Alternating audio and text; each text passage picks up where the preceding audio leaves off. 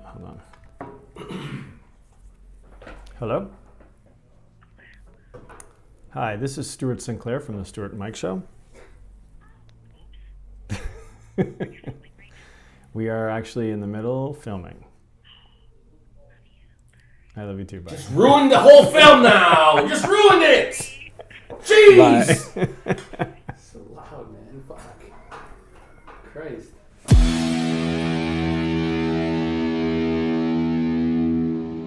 Hey, it's Stuart Sinclair from the Stu and Mike Show with my pal.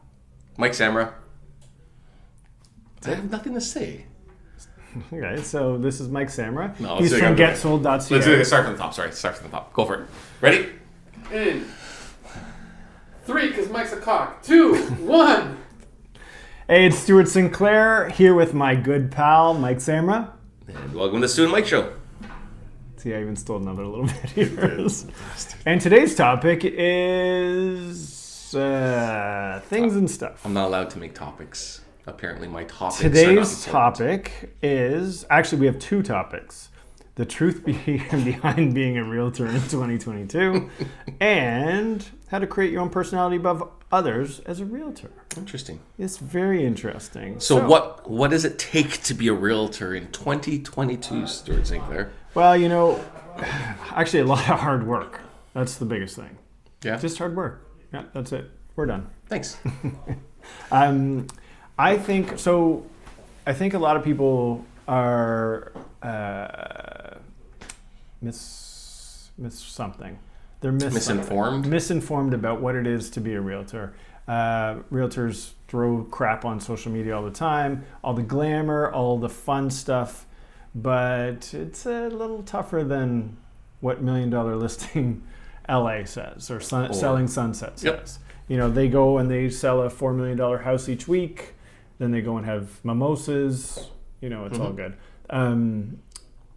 I think now, actually in 2022, after such a crazy year, it's tougher being a realtor. I think the buyers are getting buyer fatigue. You have to, you know, really work to get things sold, get things bought. I think the last couple of years has been easy for agents. I don't know. Oh yeah, it's been a lot easier. Right? So I've seen a lot in the last couple of years during COVID. Yep. And not to throw anything down, but there's been a lot of agents that got a lot of deals that just fell in their laps. Well, not just fell in their laps. They didn't have to do. We talked about this on another podcast. We did talk about this. Yeah. They didn't have to do, you know, get in the trenches, and they just throw the sign up. It sells. 20 offers. Blah blah blah. There's a shift in the market. There's a huge shift now. And I was just telling Mike that the other Mike, not my brother, not you, other Mike, that you know, the agents that have been in for the last 5 years, they're going to have some hard work to do. They're going to have to adjust to the way the market's going to turn. They're going to have to negotiate an offer. Oh, negotiate. Yeah, right? When you actually talk to the other agent and you try to pull and take and... Conditions. Yeah, conditions on a home. Oh my God! So I'm actually doing an offer right now, and I'm putting a sale of purchaser's property condition in. You did? Just for shits and giggles. Like, I don't... How many days? 30? 30. But I saw there's actually one in Bolton right now. That's... On the North Hill. They've accepted it? There's a condition on the sale of buyer's Amazing. property. I know. So I think you're going to see more of that happening for sure. Well, I think the sellers realize that they're not going to get the price that they want. Mm-hmm. They're probably going to hold on to any decent offer, and they're probably going to willing to take those contingencies with that offer at this point. And so, imagine as a new agent trying to deal with a shifting market, trying to deal with, you know, running a business and trying to get yourself out there. Like, it's going to be an interesting. It will be. It will be interesting. I think the biggest thing is to just understand where your business comes from, how it, you know, and then the market that you're in. And I think that's the biggest challenge for a new agent, because I can ask you what's happening in Caledon and you'll be bang on, and you'll know exactly. You can not just happen in Etobicoke. I can tell you this area has offers, this one doesn't have offers. This is what's coming through. But for a new agent who hasn't sunk their teeth, and I think it's personally very important to familiarize yourself and focus on a farm area, an area. They are scattered all over the place. Would you suggest Launch Your Farm? Launch Your Farm, Ryan. Plug.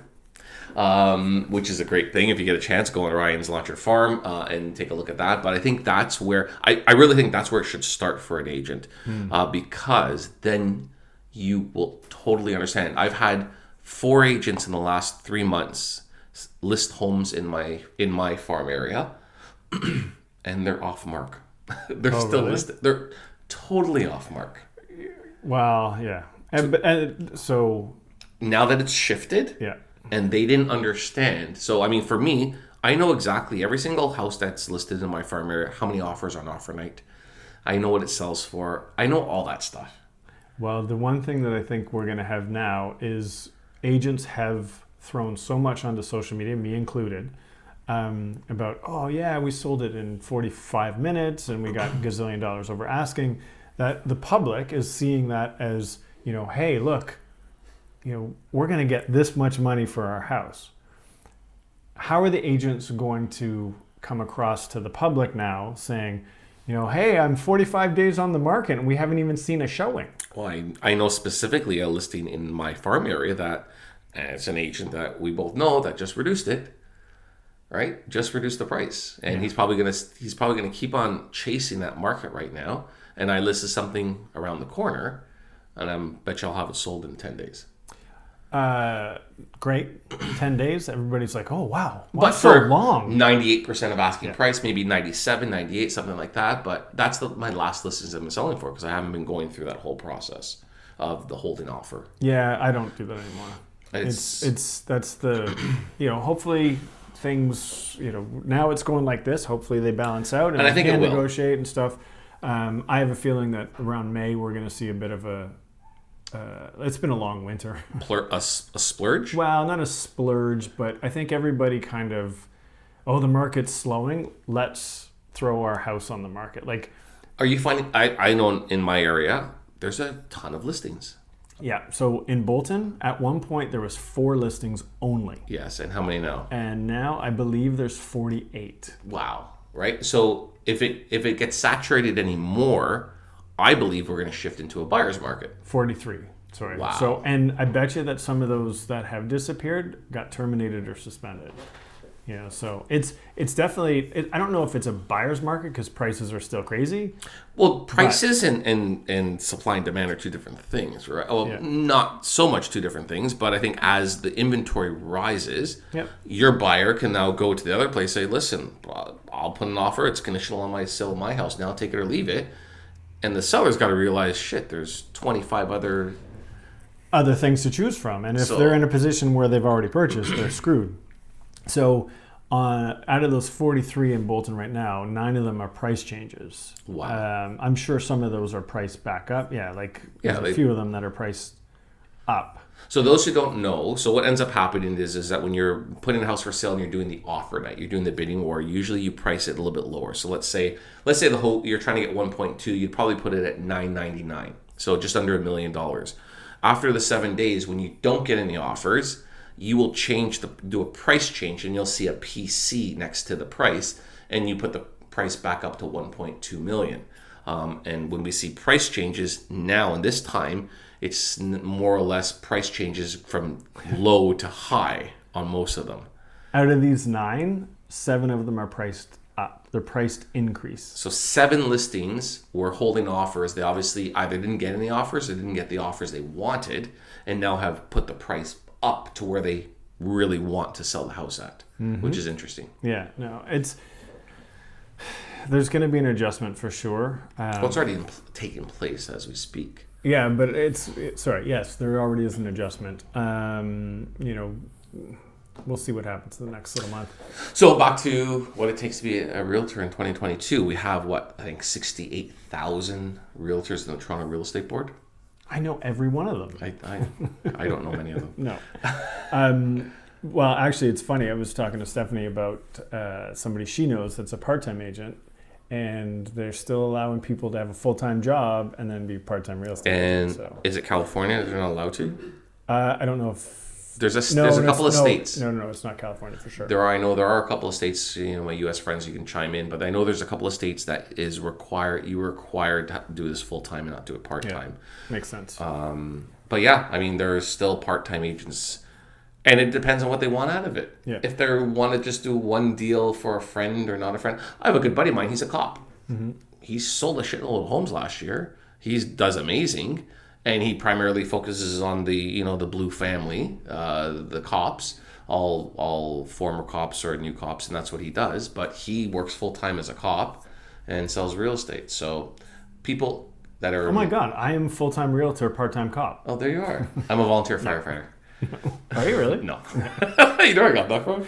Talladega Nights, when he walks in, his father, and he's smoking. Sir, you can't smoke in here. It's okay, honey, I'm a part-time firefighter. Volunteer firefighter. So yeah, there's the part-time. So what it really takes, I think it takes an encompassing of having a great mentor, whether it's a manager, whether it's a coach. I think that's hugely important to be successful. Yeah, I'd get on the prospecting ninjas if it was me. Plug. So yeah, just as far as that goes, replicating it. You don't have to reinvent the wheel. Just find somebody, whether it's an office, whether it's a coach. I think that's hugely important. Well, so the last little bit, you saw team members leaving teams to go do it on their own, and they probably made a lot of money.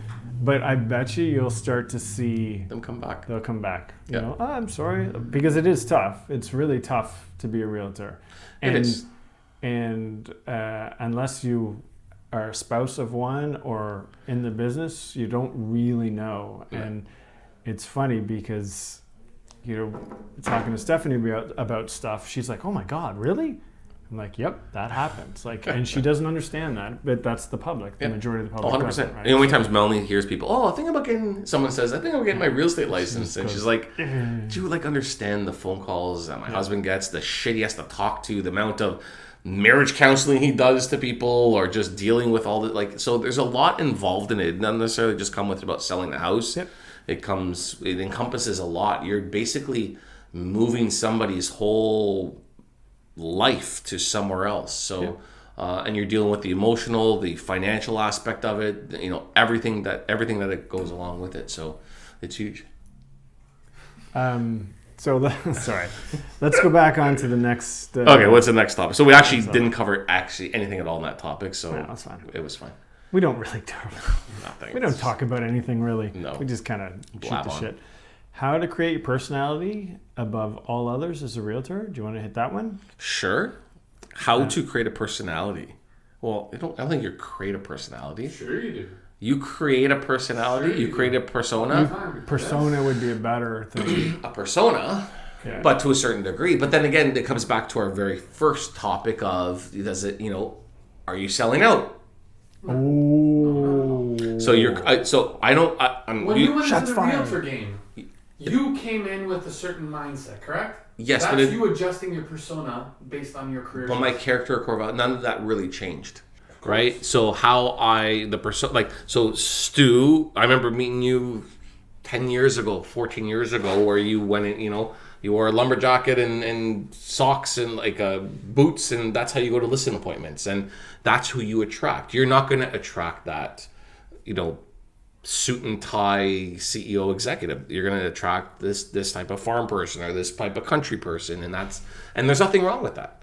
And that's what I'm trying to get. I don't have to be a chameleon to try to attract everybody. I just want to attract the people that want to work with me. Yep. And now I'm comfortable in that.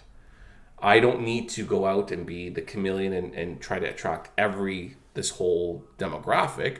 I'm happy to attract the people that feel comfortable, that want to work with me. That's where I'm trying to say. And that's well said. Your personality, your character. Well done. Bravo. Well done. The chameleon aspect is a great terminology for it. Yes, and that's why and that's where I feel when you are the chameleon, that's where you sell. That's where you're selling out. We're getting the wrap up. Yeah, I agree with that. You're not going to do your best if you feel uncomfortable. No, but you have to be uncomfortable to grow too. So there's no. But yes, I'm uncomfortable for your client, in that sense. Yes. Right? So you want to make sure that you are doing the best for your client, and you feel the most comfortable, like this, in a hoodie or whatever, from Aviator Nation, by the way. Oh, there you go. Freaking love this thing. There you go. Plug. I'd like free shit from there. Yeah, we got to start plugging some certain things because I wouldn't mind getting some free swag from. Yeah, so let's wrap it up. Me too. Okay, keep wrapping it up. Let's not wrap it up. Let's just keep going. Yeah. Anyway, thank you very much for listening to us today. I'm Stuart Sinclair with my friend Michael Samro. And you can follow us on Instagram, Spotify, iTunes, Spotify again, Instagram. Yeah, just go to Instagram or Facebook and start. Or Spotify. Stuff. And have a great day. See ya. That's good.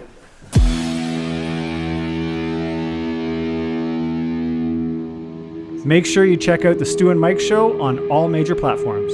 Like, follow, and subscribe.